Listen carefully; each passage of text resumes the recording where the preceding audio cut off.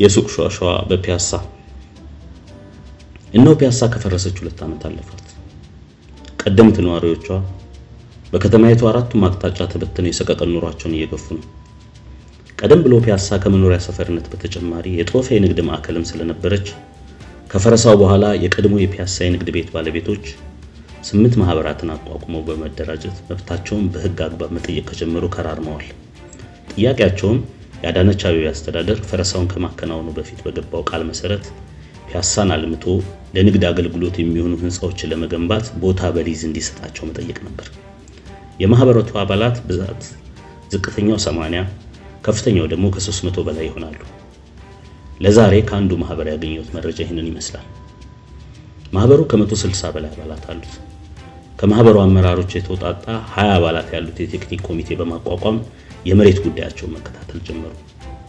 የአዳነች አቤቤ አስተዳደር መጀመሪያ ሲያፈናቅላቸው የገባው ቃል መሬት ለመስጠት የነበረ ቢሆንም በኋላ ግን በተለመደ ክህደቱ ሐሳቡን ይቀይርና ልክ ከ90 ዓመት በፊት ጣሊያን ፒያሳን ለተመረጡ ህዝቦች ብቻ እንድትሆን አስቦ ለጣሊያኖች፣ ለግሪኮችና ለአርመኖች ብቻ ሸንሽኖ እንዳከፋፈላት ሁሉ አዳነችም ፒያሳን ለዘመኖቹ ምርጦች ብቻ ሸንሽና ልታከፋፍል ወሰነች።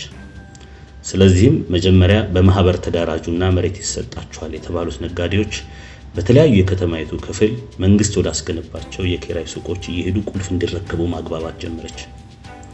ከነዚህ ሱቆች መሃል አንዱ አፍሪካ ህብረት መብራቱ ጋር በስተቀኝ ባለ ቦታ ላይ የተሰራ አዲስ የገበያ ማዕከል ነበር።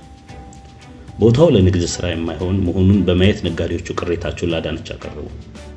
በቅሬታቸውም እኛ ከመጀመሪያውም የተገባልን ቃል ፒያሳ ላይ ቦታ ተሰጥቶን በራሳችን ገንዘብ የንግድ ህንጻዎችን እንድንገነባ እንጂ ወደ እንዲህ አይነት ቦታዎች ልንበታተን አይደለም የሚል ጽኑ መልስ ይሰጣሉ።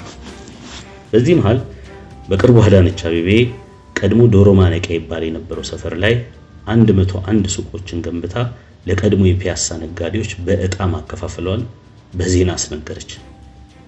ይህንን ዜና ሲሰሙ እነዚህ የቀድሞ የፒያሳ ነጋዴዎች ደነገጡ። ምን እንደተፈጠረ ለማየት ወደ አካባቢው ሲሄዱ ግን ያዩትን ማመን አቃታቸው። በእርግጥም እነዚህ 101 ሱቆች ተገንብተዋል። እጣ ግን አልወጣባቸውም። ከዚያ ሁሉ የቀድሞ የፒያሳ ነጋዴዎች መሃል 20 ሰዎች ብቻ ቁልፍ የተቀበሉ ሲሆን እነዚህ 20 ባለ ቁልፎችም ነጋዴዎቹ የመረጧቸው የኮሚቴ አባላት ነበሩ። የነጋዴውን ብሶት ያሰማሉ ተብለው ቢመረጡ እነሱ ግን ብኩርናቸውን በምስር ሽጠው የዚያ ሁሉ ነጋዴን አደራ በልተው አዳነች የሰጠቻቸውን ቁልፎች እያሽከረከሩ ወደ አዲሱ ዶሮ ማነቂያ ገቡ። ከ20ዎቹ የቀድሞ የፒያሳ ነጋዴዎች ውጪ ቁልፍ የተሰጣቸው 81 ሰዎች ደግሞ አንዳቸውም የፒያሳ ሰዎች ያልነበሩ ናቸው። እንደውም ሁሉም አንድ አይነት ቋንቋ የሚያወሩ የዘመኑ ምርጦች አዳዲሶቹ ፒያሳዎች ናቸው። እዚህ ጋር ሌላው አስደናቂ ምጽት ደግሞ ከነዚህ 81 ሰዎች መሃል ሁለቱ ፒያሳ ስትፈርስ በነበሩት የመጨረሻ የፈረሳ ቀናት ፈረሳውን ሲያስተባብሩ የነበሩ ከፍተኛ የፖሊስ አዛዦች ናቸው። ፒያሳን ያቀኗት ተወርውረው ፒያሳን ያፈረሷት ወረሷት ነው ጨዋታው። አሁን የኛ ጥያቄ አንደኛ አዳነች አቤቤ እነዚህን ሱቆች በእጣን ያከፋፈልን ያለችው የእጣ አወጣጥ ስነ ስርዓቱ የተከናወነው የት ቦታና ምን የሚባል አዳራሽ ውስጥ ነበር? ሁለተኛ ላለፉት 2 ዓመታት ስራ ፈተው እየጠበቁ የነበሩት የፒያሳ ተነሾች እያሉ እነዚህ አዳዲሶቹ የሱቅ ባለቤቶች ቁልፍ ሊሰጣቸው የቻለው በምን አግባብ ነው? ሶስተኛ ዞሮ ቀን ይፈጃል እንጂ የነዚህ ሱቆች ባለቤቶች የሚሆኑት እነዚህ ከርታታ የፒያሳ ነጋዴዎች ናቸው። ስለዚህ እናንተስ አዳዲሶቹ የሱቅ ባለቤቶች ነገ ቀን ተገልብጦ ሱቆቹን ስትነጠቁ ያላግባብ ተበደልን ልትሉ ነው ወይ?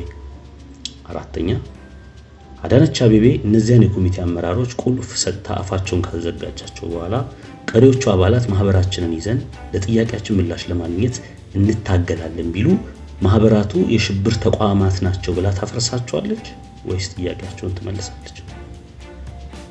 ይህ ሁሉ ያልፋል ግን ያስተዛዝባል።